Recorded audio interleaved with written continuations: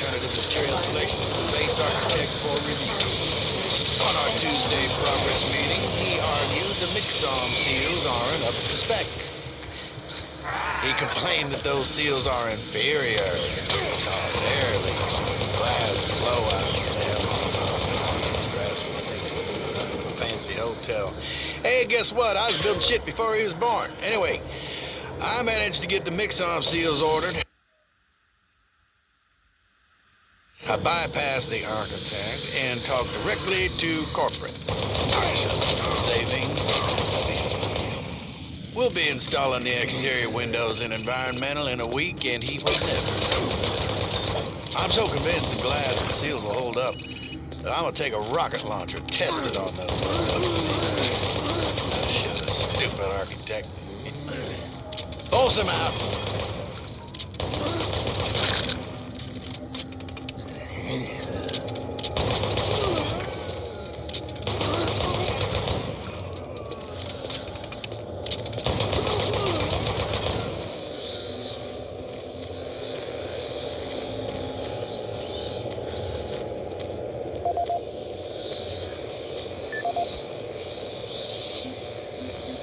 This is Bernice Tooley, Operations Coordinator stationed in Exis Labs. I would like to file my third formal complaint to Central Authority about the problems with the work environment here in Exis. It has become increasingly difficult to be productive while construction is going on throughout the facility. Construction workers are rude, lack common courtesies, and are overtly sexist. They use our office space as an unauthorized shortcut and attract dirt and debris as a result. In addition to their mess, they insist on drilling and hammering during our core staff hours. Some of them have repeatedly made inappropriate comments that clearly fall under sexual harassment. When I approached the construction supervisor to remedy the situation, he told me in no uncertain terms to mind my own business. Actually, his exact words were, "Don't worry your pretty little head about it." We are already on edge with the unexplained events occurring around the facility, and to add this insult to our tight schedule is too much to bear. If I cannot persuade Central Authority to take this complaint seriously, I'd like to remind them of Section 20, Paragraph 9 of UAC's Facility Regulations Code. It clearly states our employee rights, and we do not need this nonsense.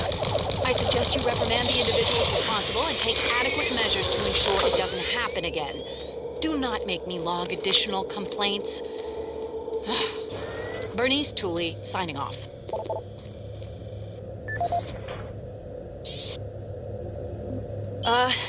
I hope this thing is working. Something is happening here, and no one knows what's going on. Power is going crazy. We can't communicate with Central Administration, and I've heard something like screams. I don't know. It was so disturbing. Okay, my assistant left me, and I'm all alone here. Okay, I'm gonna try to get the network working, but the systems are acting just crazy. I don't know what to do. I think what was that? Oh God. No!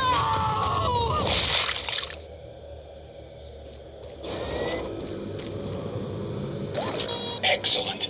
You're back. The inducer is working perfectly, and the teleporter is ready for transport. Here's the situation. There's a teleporter outpost in the other dimension, and it's still operational. It's very powerful, and it has a range that could lead those demons all the way to Earth. I would disable it myself, but it requires 2 people to do it. One person at the outpost to initiate the teleporter, and another person here to transmit a power surge to destroy it.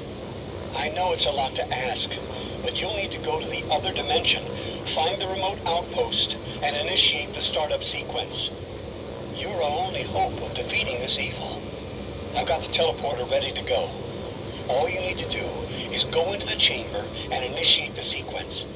I'll handle the rest from here. But before you go, I want to give you my personal account of what happened here. It explains everything. The advanced teleporter, how the madness started, everything. It's over there on the console. Please take it. The world needs to know the truth.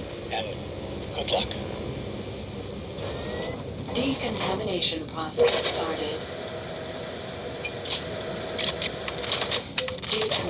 Teleportation. I have the teleporter sequence already configured. Just activate the main console.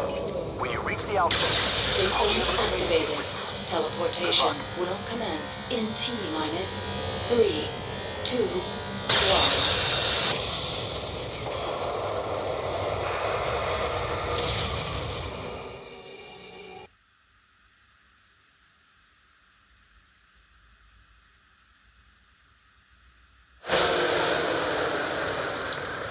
I'm detecting a faint signal from your location. I can track you from here. Hurry. Find the outpost.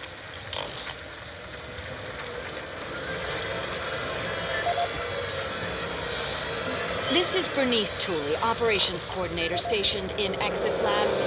I would like to file my third formal... My name is Dr. Richard Myers, and I'm a research specialist stationed in Exis Labs. I don't know who'll be hearing this. I wanted to alert someone to the disaster of Mars City. What has been unleashed across this base is an unimaginable evil, and we only have a slight chance of stopping it.